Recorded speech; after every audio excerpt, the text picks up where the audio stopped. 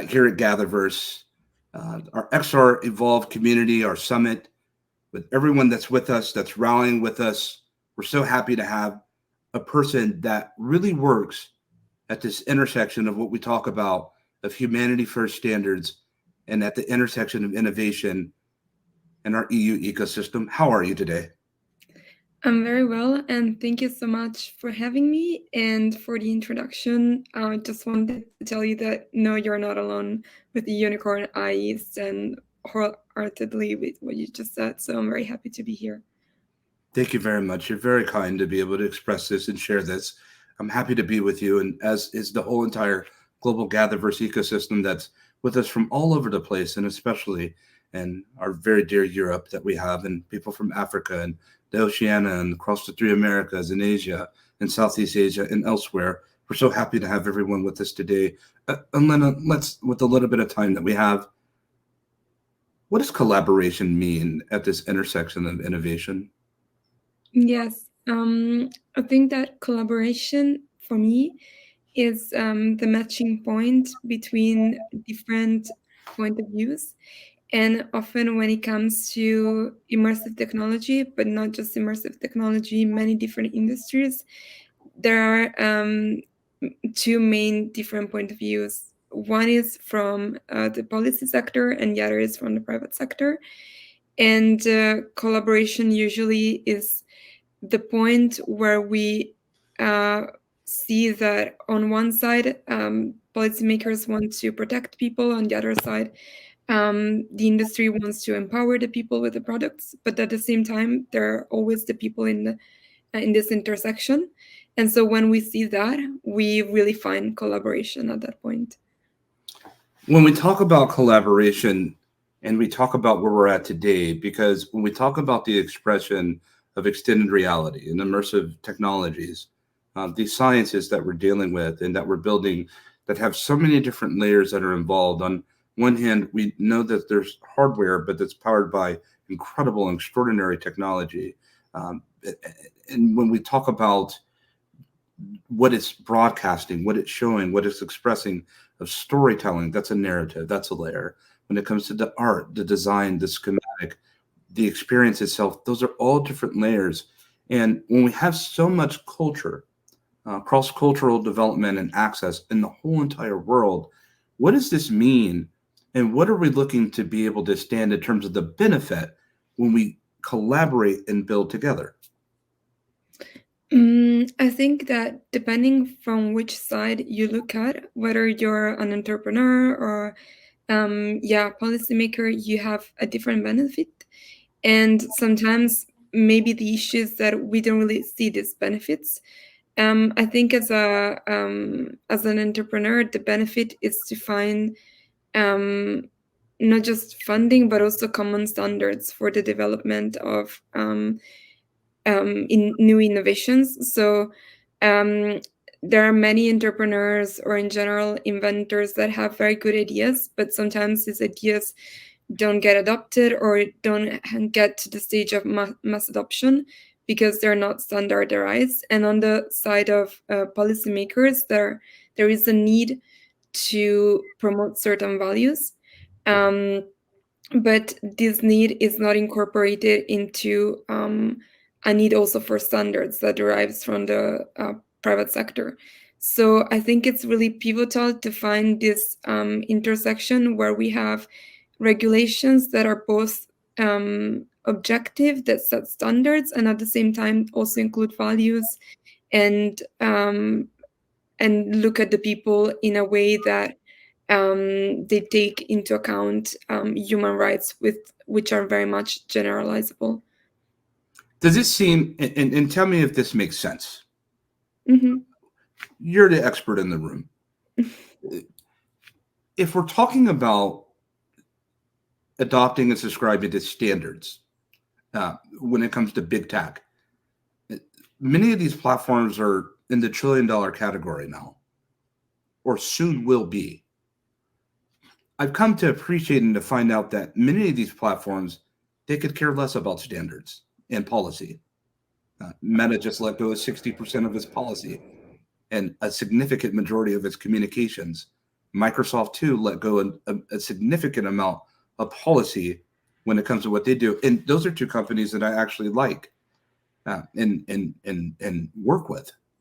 But for the sake of being transparent and keeping it real, these are facts.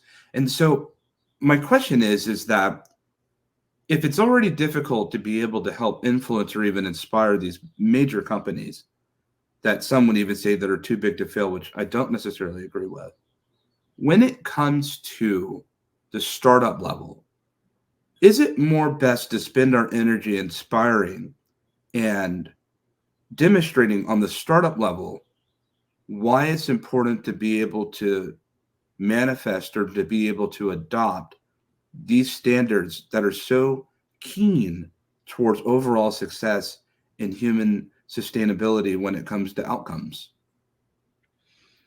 I mean, certainly, startups are the future. So it's really important to work with them, as well as there some companies that we see rising now might be very well shaping the digital economy of tomorrow, and might become very big corporations tomorrow. But at the same time, I don't think that standards are just set solely by the public sector alone or the private sector alone. We had examples in the past where perhaps standards might have been sort of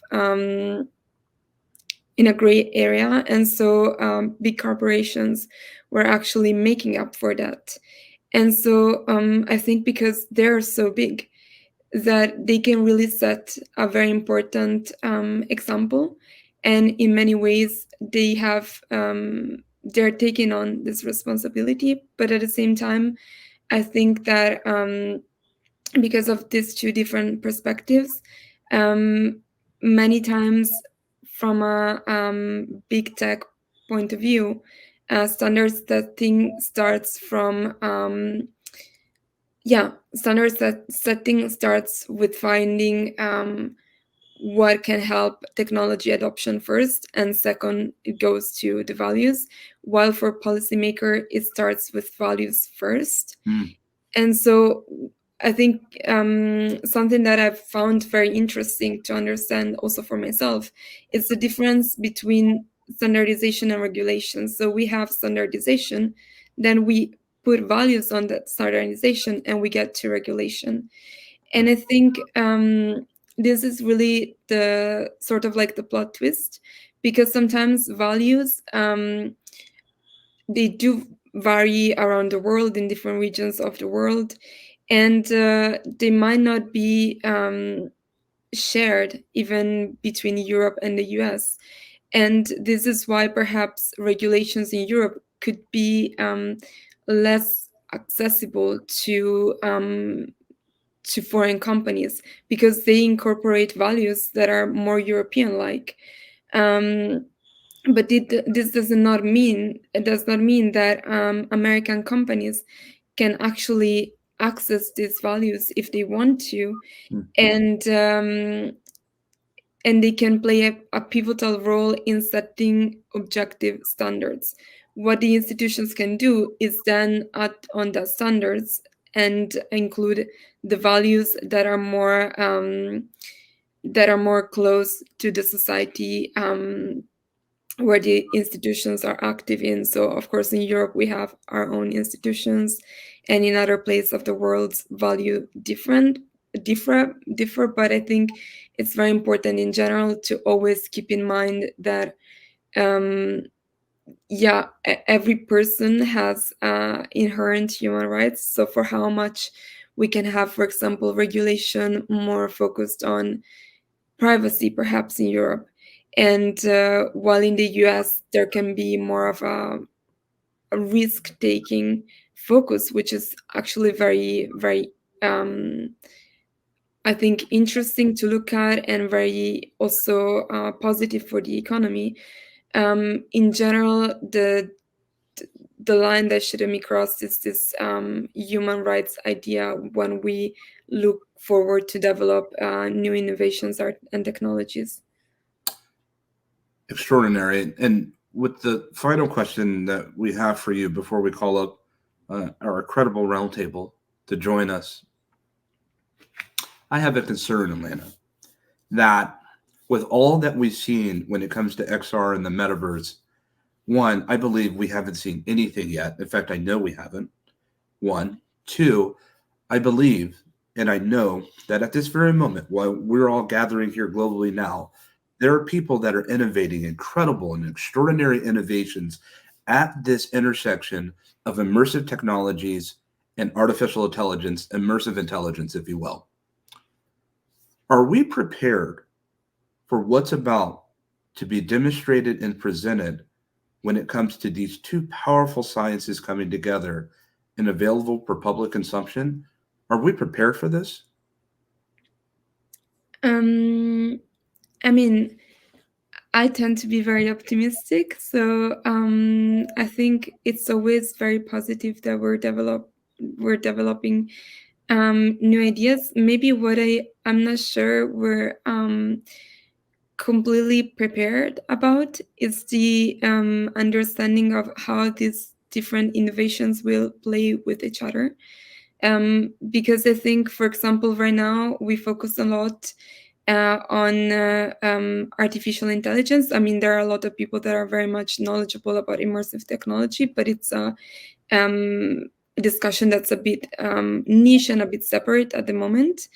While I think that artificial intelligence with 5G, with blockchain, with XR, they will all be on the metaverse, and especially XR and AI are like the software and the hardware that will help building the metaverse. And I am a bit maybe